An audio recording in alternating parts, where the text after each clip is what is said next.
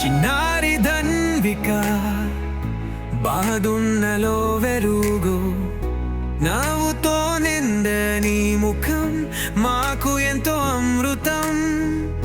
నాన్న రవీంద్ర అల్లరి చేస్తున్నాడు, అమ్మ పద్మావతి ప్రేమగా చూసుకుంటుంది.